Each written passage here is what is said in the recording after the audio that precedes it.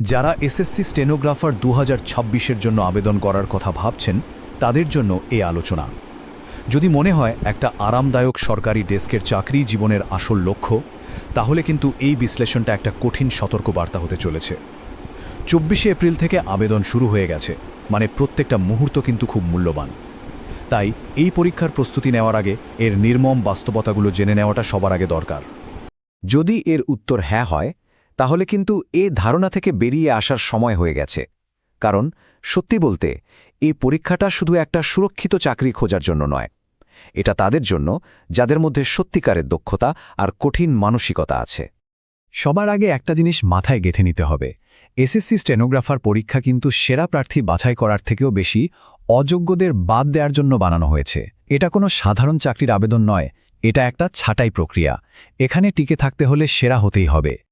আচ্ছা, এবার আসা যাক সেই প্রথম এবং সবচেয়ে বড় ভুল ধারণাটার কথায়, যে ভুলটা বেশিরভাগ আবেদনকারীর স্বপ্নটাকেই ভেঙে চুরমার করে দেয়। এই একটা ভুলের জন্য কিন্তু সব পরিশ্রম জলে যেতে পারে।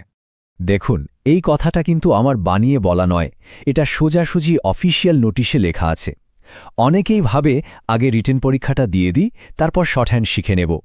এটা একটা মারাত্মক ভুল।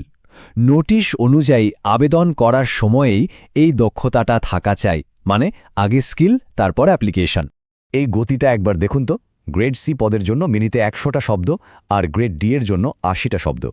যারা এই গতিতে দক্ষ নন, তারা লিখিত পরীক্ষায় যতই ভালো স্কোর করুক না কেন, স্কিল টেস্টে গিয়ে কিন্তু নিশ্চিতভাবে বাদ পড়বে। আর এই স্কিল টেস্টটা হলো কোয়ালিফাইং ইন নেচার। এর মানে কি? মানে হলো এখানে শুধু পাস করতে হবে, কিন্তু যদি কেউ এখানে ব্যর্থ হয় তাহলে রিটেন পরীক্ষায় 200তে 200 পেলেও কোনো লাভ হবে না, কিচ্ছু না, পুরো ক্যান্ডিডেটটাই বাতিল হয়ে যাবে। এখন আসা যাক প্রতিযোগিতার আসল পরিসংখ্যানে, যা অনেকের কল্পনাকেও হার মানাবে। এই সংখ্যাগুলো দেখলেই বোঝা যাবে যুদ্ধটা ঠিক কতটা কঠিন। সারা ভারতের জন্য সম্ভাব্য শূন্যপদ আছে মাত্র 731টা। ভাবুন, যেখানে লক্ষ লক্ষ প্রার্থী আবেদন করবে, সেখানে এই সংখ্যাটা কতটা সামান্য। চাকরিটা নিশ্চিত করতে হলে শুধু পাশ করলে চলবে না, আবেদনকারীদের মধ্যে একদম টপ, মানে সেরা 0.1% মধ্যে থাকতে হবে। এটা সেরাদের মধ্যেও সেরা খুঁজে বের করার একটা লড়াই। এই চার্টটা ভালো করে দেখুন, ওই যে মিনিমাম 30% বা 25% নম্বর, ওটা পাওয়া মানে শুধু পরীক্ষায় পাশ করা, চাকরি পাওয়া নয়। আসল কাট অফের থেকে অনেক অনেক উঁচুতে থাকে। যারা শুধু পাশ করার লক্ষ্য নিয়ে এগোয়, তারা আসলে রেস শুরু হওয়ার আগেই প্রতিযোগিতা থেকে বেরিয়ে গেছে।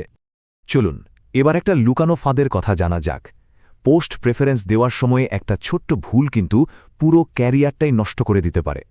বর্ডার রোডস অর্গানাইজেশন মানে বিআরও কিন্তু কোনো সাধারণ অফিস নয়। প্রথমত, এখানে শুধু পুরুষ প্রার্থীরাই আবেদন করতে পারে, আর তাদের জন্য অত্যন্ত কঠিন শারীরিক আর মেডিকেল পরীক্ষা থাকে।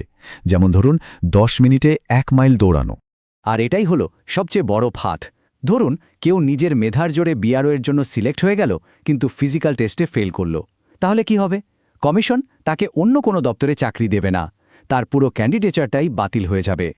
এবার এমন কিছু প্রশাসনিক নিয়মকানুনের কথা বলি, যেগুলো না মানলে ভালো প্রস্তুতি থাকা সত্ত্বেও আবেদনপত্রটা শুরুতেই বাতিল হয়ে যেতে পারে। আবেদনের শেষ তারিখ 15ই মে। একদম শেষ মুহূর্তের জন্য অপেক্ষা করাটা কিন্তু বুদ্ধিমানের কাজ নয়, কারণ সার্ভার ক্র্যাশ করলে তার দায় এসএসসি নেবে না। সময় থাকতে নতুন ওয়েবসাইটে ওটিআর মানে ওয়ান টাইম রেজিস্ট্রেশন করে আবেদনটা সেরে ফেলাই ভালো। এবার আবেদন করার সময় লাইভ ছবি তুলতে হবে। মনে রাখতে হবে, ছবি তোলার সময় চশমা, টুপি বা মাস্ক পরা যাবে না। ছবি আর সই যদি একটুও ঝাপসা বা অস্পষ্ট হয়, তাহলে কিন্তু আবেদনপত্রটা সোজা বাতিল বলে ধরা হবে। মনে রাখতে হবে, এই পরীক্ষায় কিন্তু নেগেটিভ মার্কিং আছে। প্রত্যেকটা ভুল উত্তরের জন্য পাওয়া নম্বর থেকে 0.25 নম্বর কেটে নেওয়া হবে।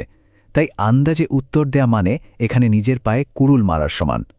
তো এতগুলো কঠিন বাস্তবতা জানার পর এবার নিজেকেই প্রশ্ন করার পালা, এই প্রতিযোগিতার জন্য কি সত্যি কেউ প্রস্তুত? এই চাকরির একটা বড় শর্ত হল অল ইন্ডিয়া সার্ভিস লায়াবিলিটি। এর মানে হলো পোস্টিং কিন্তু ভারতের যে কোনো প্রান্তে হতে পারে, এমনকি কোনো দুর্গম পাহাড়ি বা সীমান্ত এলাকাতেও। এই মানসিক প্রস্তুতিটা কি আছে?